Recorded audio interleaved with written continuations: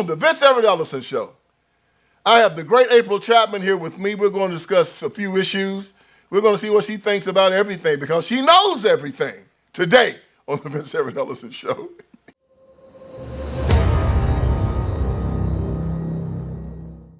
All right, let's get this thing started.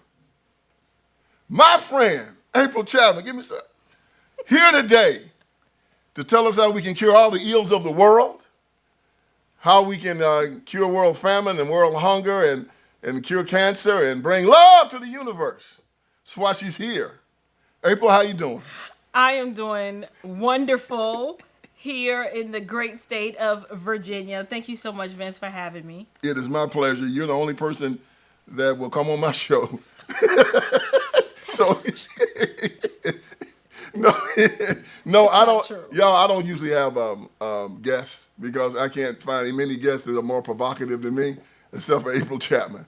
And so April is nice enough to come down here and do some consulting work for me. And while she's here, I always make her come on my show because it's always just a great time. She's so smart. She gives such a wholesome insights, a lot of things going on out there in the world. And I appreciate you coming, April. I really do. Listen, it takes a special person to be able to deal with you like long term. I know that. And so I think I've been uniquely equipped. You have been. Because you drive people to drink. Yep. God is with you, and Jesus has touched your heart. Look, April, tell my audience a little bit about yourself. Last time you were here, I didn't really get into, where you grew up, your mother, your education, your show. Take a little bit of time and tell the people a little about yourself. Yeah, well, I'm assuming most of your audience already knows who I am. But for those of you who don't, my name is April Chapman. I am host of Unshakable with Aprl Chapman right here on YouTube. Mm-hmm. And I've been creating this provocative, politically charged, socially confrontational content that is theologically rooted for about 3 years. And the whole purpose of me coming on YouTube was to use my voice to educate particularly Christians on how to navigate this secular world that is becoming increasingly more hostile to Christianity, teaching my audience, how to navigate these cultural issues and how the people of God should be thinking about so many topics, from politics to even things that go on in evangelical Christendom. So that's me. And you gotten pushback. And you and I met, we met guys behind this documentary right here. Will you go to hell for me? I did not know April before. We've known each other less than a year.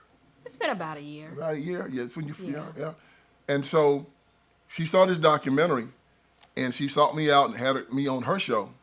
And then she took this documentary and said, Vince, I'm going to play your documentary in a theater in Atlanta, Georgia. And I said, what? She said, yes. I said, you looking to get lynched? She said, I ain't scared of nothing. I'm going to play it down in Atlanta, Georgia, where Martin Luther King Jr. was not only a pastor, but he's also buried and grew up because the people need to hear the truth. The Iron Triangle the Iron Triangle did too also, but this Would You Go to Hell for Me brought the truth. She read the Iron Triangle and asked me to come to Atlanta. I came to Atlanta. I met her and her husband, Robert, 4 beautiful children, her friends, and everybody hit it off fine. And since that time, we've been like 2 peas in a pot because we kind of saw that we were going in the same direction. We wanted to teach America. We wanted to teach Christians that there was a conspiracy out there to separate especially black and white Christians, and that the black church, the quote-unquote black church, was in serious trouble. Now, recently, you spoke on this issue about the black preachers and how they were kind of leading their black congregations astray. Yes. And then Ali Beth Stuckey spoke on this issue. You and Ali Beth were kind of right here on the prosperity ministry thing. Right. And these black preachers came down on you like a ton of bricks. Listen. And so you recently went to Dallas. I did. And appeared on Ali Beth's show. It's coming up. We don't know when, but it'll be showing pretty soon. Right. So talk about that controversy and how it started and why these black preachers lost their minds. Right. Well, like you said, I was recently in Dallas, recorded with Ali Beth. Mm-hmm. And a lot of it had to do with a benign statement that Ali Beth made about the prosperity gospel in general. Mm-hmm. It was a show that she was doing with Melissa Doherty, And they were just talking about different heresies and different false doctrines that have crept into Christendom. And then in passing, Allie said, why is this also prevalent in majority black churches? I've seen that a lot. And in the course of that conversation, maybe 2 minutes long, it sparked this whole controversy. Some black pastors got wind of it and decided to racialize it by saying, why are these two white women saying this about the black church? And then why is this one black YouTuber who happened to be, shout out to you, Corey Minor, why is he agreeing with her? And I'm sitting here like, okay, so we just gonna act like the elephant in the room is not the fact that the prosperity gospel, as well as a number of other heresies, have crept in to the black church. Black liberation theology and the social gospel and all that too, right? Yeah. Right, causing a lot of apostasy. Right. It has fomented so much racial grievance and ethnic partiality that wasn't seen or was not as prevalent 8 years ago, 10 years ago, or 20 years ago. Bad, Yeah. And so what I did was I did a show on my show responding to their accusations against Allie Beth, and I stood with her. To me, it was just one sister in the Lord affirming what another sister in the Lord said, and I was just like, I don't know these categories that you guys are speaking of. Whiteness and then the blackness and the black church. It's funny, you and I were talking the other day, and I'm going to say something that is provocative, and I'm not trying to take over the show, but would love for you to elaborate on it, where you said that at this point in time, having an institution known as the black church is really no longer necessary. Exactly. And I said, ooh. Yeah. Those are fighting words, Vince. So talk to me or to your audience. What did you mean by that statement? What is the source of that thesis that you were saying that the black church is unnecessary now? Yeah. Why do you say that? We all know the history of this nation about slavery and then Jim Crow and about segregation, and that for a very long time there was a false Christianity taught down south. It's Christianity of segregation, of whiteness and blackness and racial separation. Ku Klux Klan burning crosses, and there was all right to produce violence in the name of Christianity. Oh, what about slavery? It's slavery, yeah. All of it was an insanity.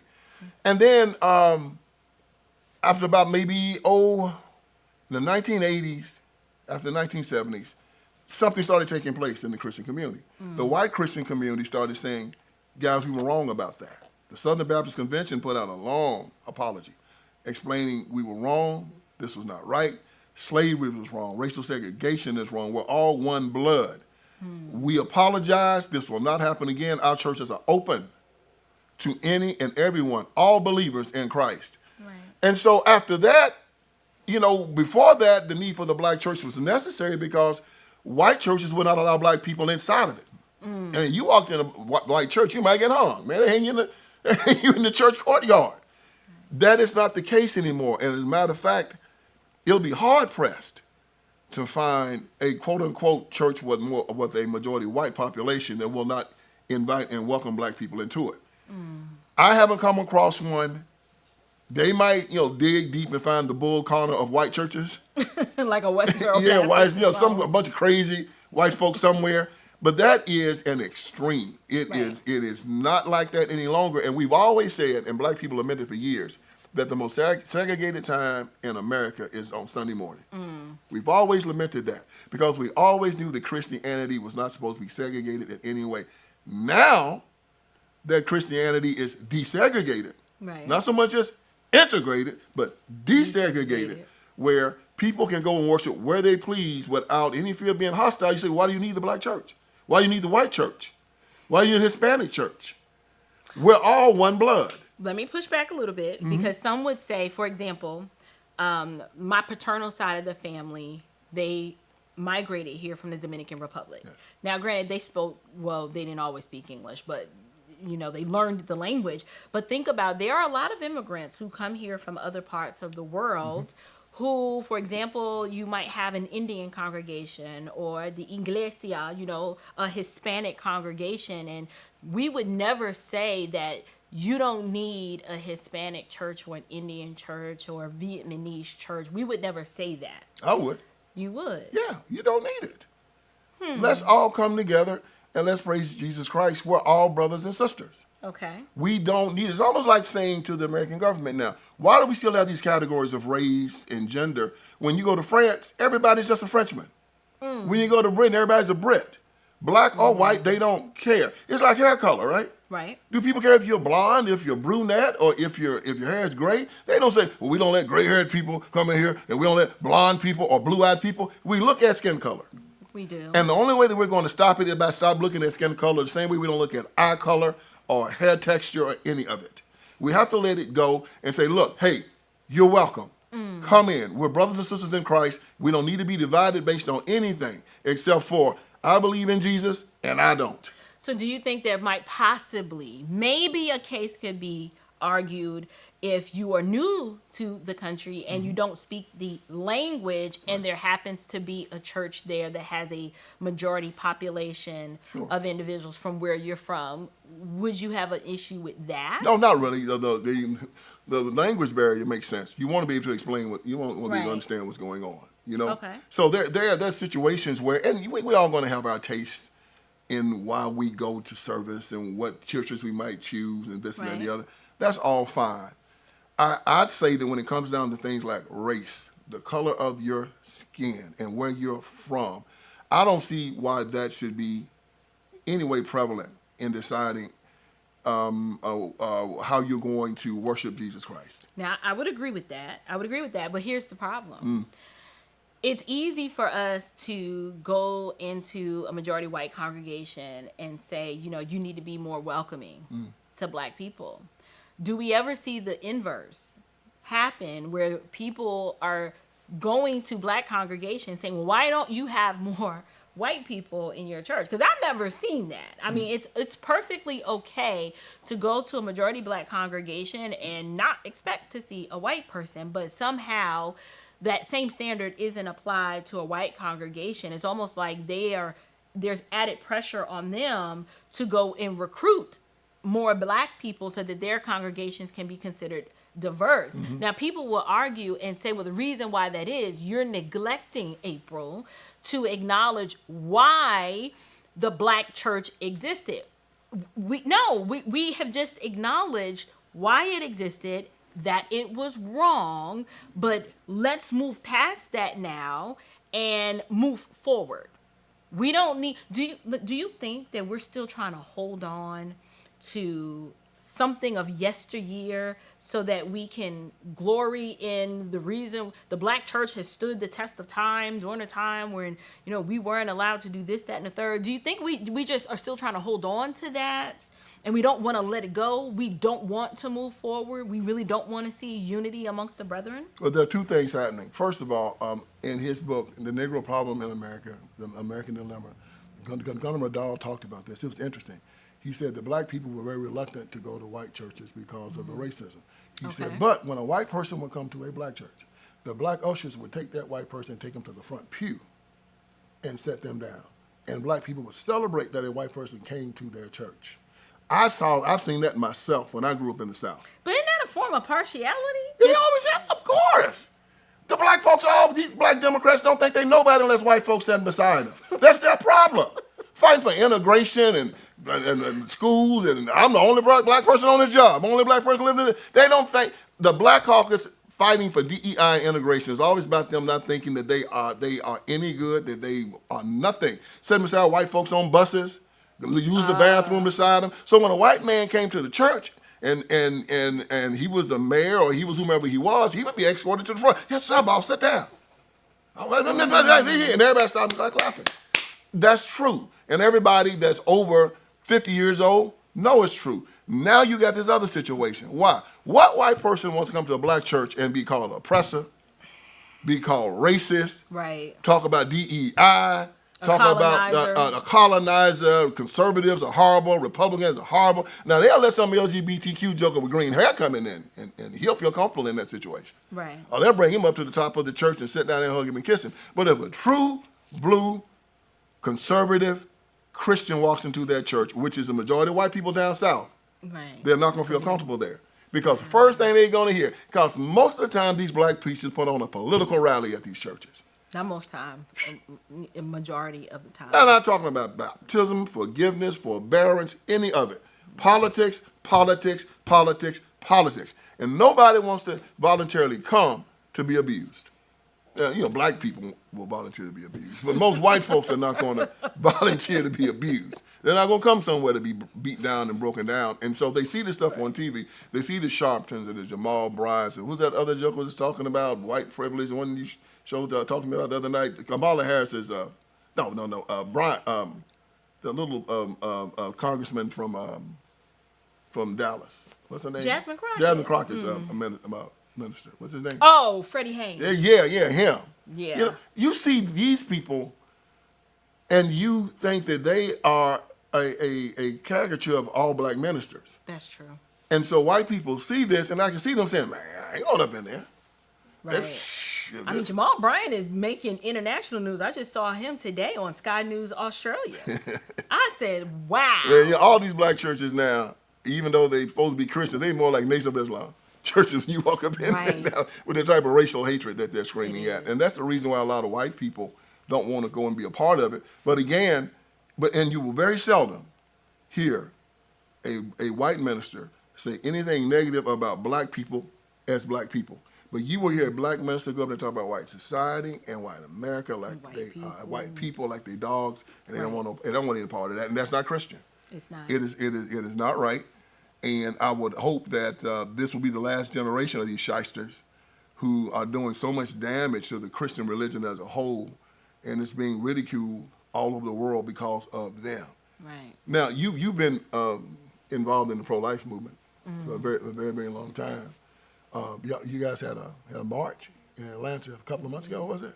Yeah, we had two. We had the Stand for Life rally and then the March for Life rally. It's an annual event. Georgia, the state where I'm from, we have a heartbeat bill. However, babies are still being murdered in the state of Georgia. Our heartbeat bill is not enforced. And then there's very little regulation with any of these clinics. Most of them have not been inspected in a very, very long time. So it's kind of like we aggressively fought to have that legislation passed.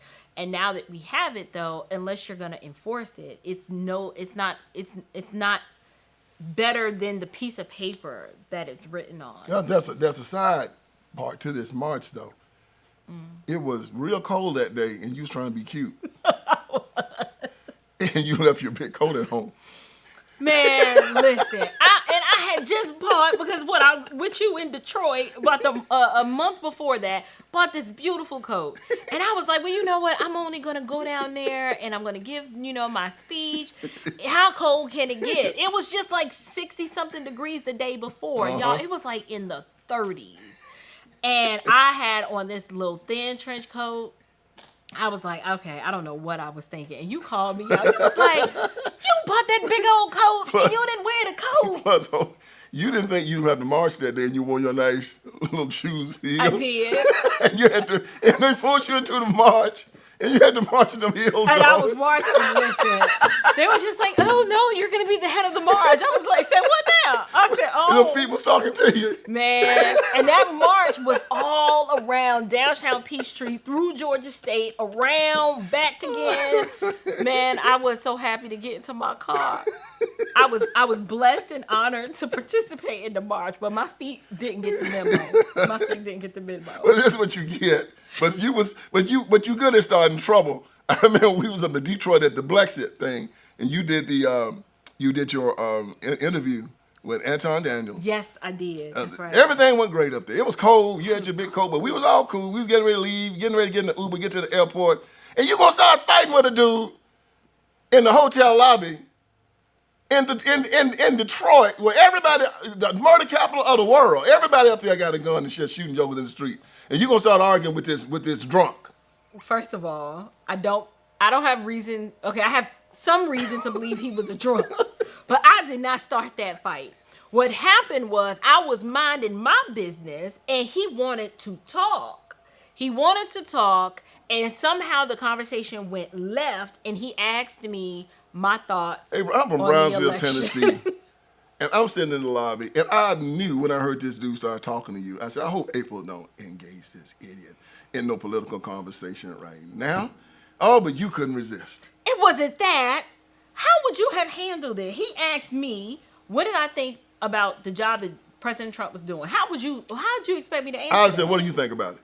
And then once he said, it's okay, man. Peace out. I didn't even think to ask. Well, I didn't care what he thought about it. I know he was pulling you into a conversation to start some mess, and I said, okay, April ain't gonna never back down from a fight. Next thing I know, he walking up, he said, you in my space, you in my space. No, like, you need to back up. You better back up off me. And I'm like, oh man, this thing finna go left real bad. So I stood up and said, hey, man, back up, dude, back up. No, I said, man, back up, man.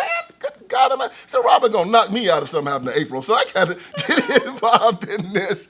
And finally, we cooled it down. He followed us to the Uber. Yeah, I know it. And I'm looking at this dude thinking he might go into his pocket and pull out a gun because you just lighting him up. And he mad and he can't answer your questions. I said, April, please, let's go. But wasn't it sad to see a man emote that much off of? You are. I wasn't yelling. No. I was not hostile toward this man. No, he couldn't break your argument and start getting angry. He wasn't rational. No. But you know, he was a microcosm of the black community. He was a microcosm of the left. Yeah. They can't debate, and all they go into histrionics and yelling and screaming or lying. And when you watch them, and this is why, of course, you told me about the debate you had with the leftist professor at Georgia State. Mm-hmm. At Georgia State, and how you just ripped them apart just based on facts. Because when you took away from him the fact that I'm not inferior to you, right? He was like, yeah, because every black person ever has always told him about white supremacy, right? Yes. And you told him you have no superiority over me. I think it was empowering. It's empowering for a lot of liberals, particularly white ones, when they are allowed to affirm that there is such a thing as white supremacy or that they have white privilege. I mean, imagine if you've been told this. I mean, a little pride is going to raise up in you. And even black people tell them that. Right. So it's one thing for you as a white person to believe that. But for someone who claims to be the oppressed one, affirms it, what else are you going to do but be like, you know what, maybe I am a little superior. And then in a false sense of humility, you attempt to lower yourself down by denouncing your privilege. And I'm like, how are you denouncing something that's not even real? And that proves you're such a good person because I've denounced my privilege to allow you to come near me and sit in my glory. Which to me gives them more power. Of course. And that's where they get their power from. But then when you walk up to them and say, you have no privilege over me. He ain't know what to do with that. It's almost like when Christ, and I know you don't compare yourself to Jesus though, but when Pilate told Christ, I have the ability to put you to death, he said, you have no power over me. Right. And it was like Pilate saying, you have no power over me. It kind of disarmed him and it infuriated him because I talked a lot about, being a Negro American, as I like to refer to myself, functioning in my freedom and taking advantage of every opportunity that this country has afforded me by working by the sweat of my brow and based on my own merit. I was using language that it wasn't language that a victim would spout. And he just wasn't used to hearing it, and he didn't know how to engage with it. And he wanted to convince me that there were limitations and things that I could not do. And the one example he brought up was he tried to imply that there are black people today that are unable to purchase a home on the basis of their ethnicity. He argued that. And I said, sir, you are a constitutional law professor. You're trying to tell me that if I have credit worthiness, I have the appropriate credit score, I have income documentation, I can't buy a house because I'm black wherever I want. You met my father. I did. He bought a house in 1972. That is 53 years ago. Right. 53 years ago, paid it off, and it's still there today. And he's gonna try to, and this guy gonna try to tell you Yes. that you can't buy one, or that some other black person can't buy one. And my father in the Mississippi Delta, in the Mississippi Delta, bought one 52 years ago. It's ridiculous, and they tell us that in order to make us believe it's our color, and it ain't our credit, Right. it ain't our debt income ratio. Come on. You know, they don't want to tell you because those are things that you can fix. Ah. See, you can fix those. You can't fix race. It's because I'm black. Nigga, it's because you make $3,000 a month and you got $2,700 worth of bills and you want to pay $1,000 on the house. You can't do that, man. The math don't work. You ain't not gonna give you a loan for that. You have my credit $700. You don't have an extra $1,000 a month, man. You need more than that. You got to make more money. And so they want you to believe it's credit. No, it's credit. Debt income ratio. Many other things. And then they go check the house to see if the house is worth what you want to owe, what Right, you want to gotta loan. appraise. All this kind of thing. So anyway, see, you can fix all of that. Do you have the down payment? It's going to Well, take... no. You know what? They'll say, well, it's still systemic racism because I didn't have 3-4 generations before me have the privilege of owning a home. Now I'm starting from scratch and I haven't had the time in order to save up for that down payment. That's their excuse. My dad was an orphan. He was raised by two old folks who were sharecroppers. Where was his generational wealth? Come on. No, you have to decide if it takes whatever percentage down. If you need it, you say, I started planning 2 years out. Right. It shows that you got skin in the game. I'm willing to put 10% down, 5% down in order 3.5%. whatever, because it shows that I'm responsible Right. and that I don't want to lose my money. Right. So you got So some I have an skin in the game, incentive something invested. to make sure that I pay this house off. And bank says that guy's serious. Right. But see, these are things that you can change. These are things that as soon as you become an adult, you can start planning so that when you get your first home at 25, 26, 27, you're straight. It doesn't come on you as a surprise. Right. But, you know, we don't teach our children about that, do we? We want to tell them it's racism. Don't even try, boy, you beat before the game even started. And that's what this guy wants to tell you, too. And you put him in his place, and he know how to take it because it's just like this old, my sister sent me this thing of old slave, the voices of old slaves that actually were slaves at the end of the Civil War. And this white guy was on this video, and he said that he was a young man, and he said that he went out there telling the old slaves what he was going to do for them. We're going to give you this, we're going to give you that, we're going to give you that, we're going to give you this. And he said this old black man sitting on a wagon wheel, and he said, he looked at me and he said, you still got that disease, don't you? And he said, what disease is that? Disease that you think that you can free me. He said, I was born free just like you. Right. The same God that freed you freed me. He said, and I can make a living just like you can make it. I don't need nothing you got. And he said, he made me mad. Boy, I was so mad. And then after years, I sat there and thought that old man was right. I don't want nothing you got. I want nothing you got. And when you tell them that, it shakes them up. Muhammad Ali, I don't want nothing you got. I'm going to go out there and I'm going to earn it. Malcolm, I don't want nothing you got. I'm going to go earn it. And when black people tell them that, it shakes these white liberals up because used to the Sharptons and Jamal Bryant's out there on their knees, begging, crying, and snotting, talking about they need DEI to compete because the white man is just, you guys can't fight him, you can't beat him when it comes down to competition, you know? And when we tell people different, because you're heirs of Jesus Christ, you're children of God, you don't need to cry, you don't need to march, you don't need to snot, you can't be oppressed. It puts them in a position where they say, how do we come out against that? And they can't. And you'll see their heads almost explode behind it. All right, let me ask you this question here.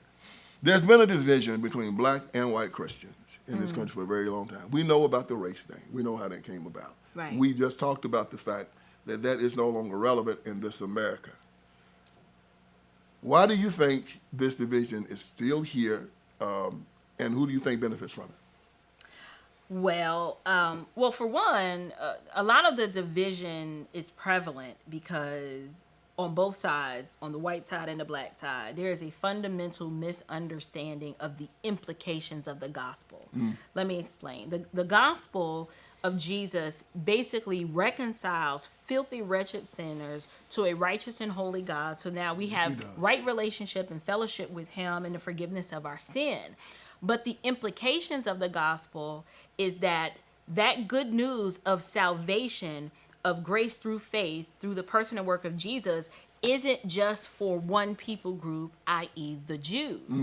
Jesus came and brings a new covenant, and a part of that new covenant includes people of every tribe, tongue, nation, and people group, Jew, Gentile, men, women. They're just these distinctions that were once present.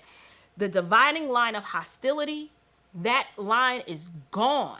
And so not only are these filthy, wretched sinners reconciled to a righteous and holy God, but we're reconciled to one another. Yes, we are. So how can there be division in the body of Christ if you are a believer and you hold claim to the truth of what the gospel has accomplished? The gospel is, yes, that Christ died for our sins in accordance with the scriptures. That part of the gospel is true.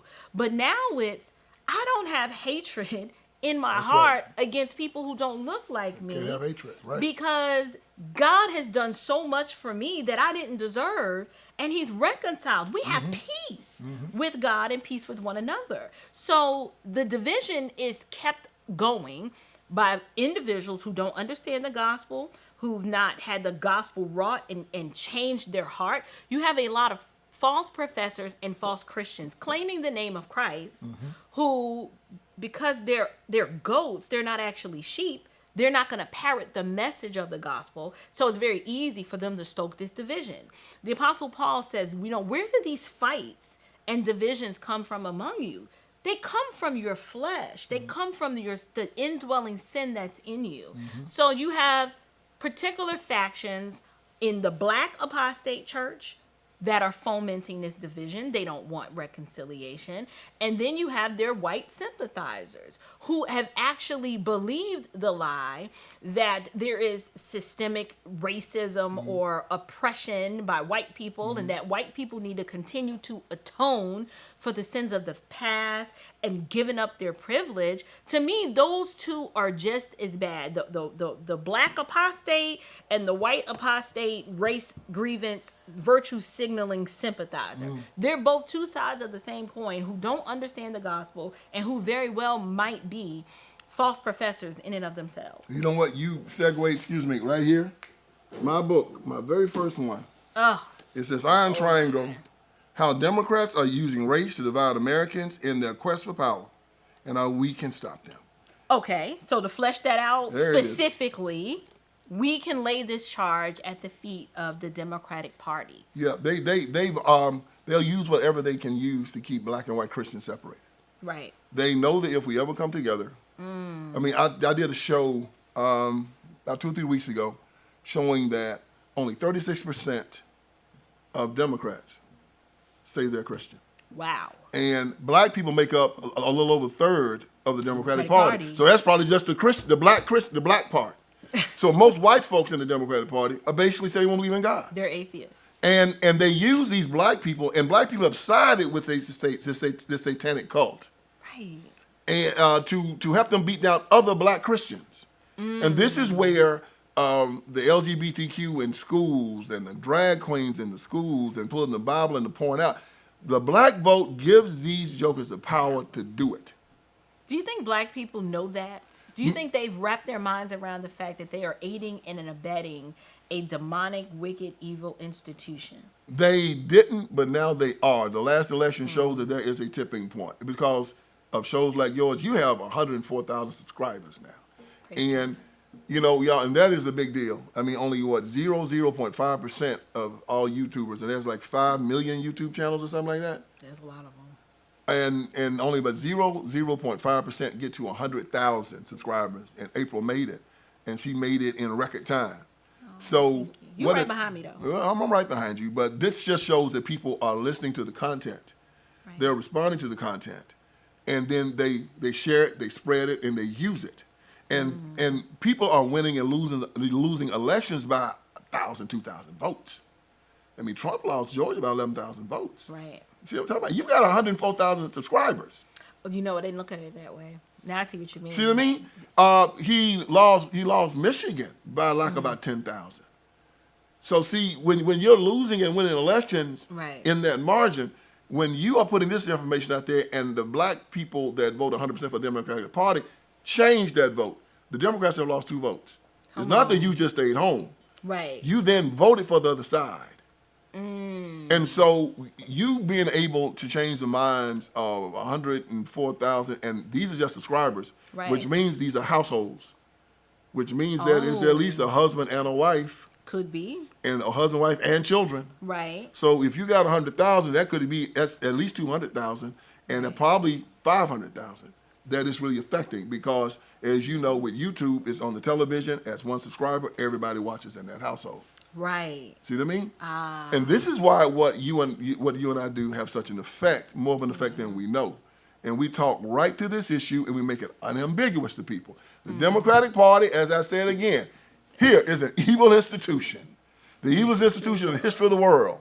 It's a party of perverts, liars, psychopaths, anti-Christian bigots, and who else? Thugs, hoes, and rappers. Them darn bitty crats. They don't disappoint. They love them some thugs, hoes, and rappers. Okay. And this is why we make it unambiguous, and they hadn't been doing that before. They preach against this stuff in their churches, but they never tell you that the Democratic Party supports it. Black folks be up. You know what now they are. Some of them won't preach against it in their churches because they're in bed with the Democratic And that's Party. why the people are leaving. Right. Because we put it to a point where they had to. Yes. We brought it right to them. And I've told you that if your pastor is affiliated with the Democratic Party, that sucker's an apostate. Cut it out. I'm going to make it just as plain to you as you possibly can. Keep this with you. Put it in your pocket. Write it down and read it. Put it on your refrigerator before you leave. If my pastor is affiliated with the Democratic Party, he's an apostate, he's a liar, he's a hypocrite. He's an antichrist, anti-Christian bigot. Why? Because the Democratic Party supports castrating little boys and calling them little girls. Right. They support 9-month abortion. Show enough. They support putting the Bible out of schools and putting pornography in. They support them open borders and bring all that fentanyl and sex trafficking in. They want to take your guns away so you can't defend yourself in your own home. These jokers are crazy or they're evil. Either one, they shouldn't be in no place of leadership. Right. So April, you've been doing God's work. You do it well. Your channel is blowing up. You're getting a lot of exposure because Allie Beth Stuckey is big. Stephen Gardner. That's right. Stephen's show huge. Stephen texted you yesterday. He did. So hey, Stephen. So you're getting all of these grand opportunities. You was on Poppin' Politics. I was. Newsmax. That's true. See that? April, stop! she be walking through the airport and everybody just says, April Chapman, April Chapman. Nuh-uh. Well, but you can't hardly go out no more without people knowing you. No, I mean, people notice me, but the ones that actually say something are the ones that are acknowledging, hey, I like your stuff. And then there are others that notice me, but they don't like my stuff. And they kind of just look, but they don't say anything. Well, so it's a mix. You're making an impact. Thank you. And you're making it easier for other people to come out because you've set the template. I think now we're making it easier for other people to come out and say it. Right. We're also giving them a lot of information to use. Courage is contagious. It is. And for all you people that comment, subscribe, and like this show and like April's, we thank you. We're going to keep on moving. Can't stop, won't stop, don't even know how to stop. April, I want to thank you. Thank you, sir. For coming here. And like I told you all the time, and I tell you again today, I am here to wake you up. Hope we did you some good today. So join me again for another edition of the Vince Everett Ellison Show. All right, friends, Vince Everett Ellison is here. I want you to go to my website. And on my website, you're going to see a lot of great stuff, man. You're going to see that we got T-shirts, we got caps. You got my books, my documentaries. You got all kinds of stuff on VinceSpeaksTruth.com. Go there. We're dropping new T-shirts. We're dropping new merchandise. My new book, The End of Tolerance, is there. The End of Tolerance. Make sure you get it. Make it #1. If you got my first 3, get The End of Tolerance. It's just as good. And it's telling us we have to end our tolerance with these leftists, these Democrats. We no longer allow them to sexually groom our children. We can no longer allow them to to castrate little boys and call them little girls, run God out of the public square, take away our guns, take away our sovereignty, no longer allow it. So go on VinceSpeaksTruth.com. That is VinceSpeaksTruth.com. Hit merchandise. You'll see the t-shirts. You'll see the caps. You'll see the books. You'll see the documentaries. You'll see it all. And let's keep this ball rolling. God bless you.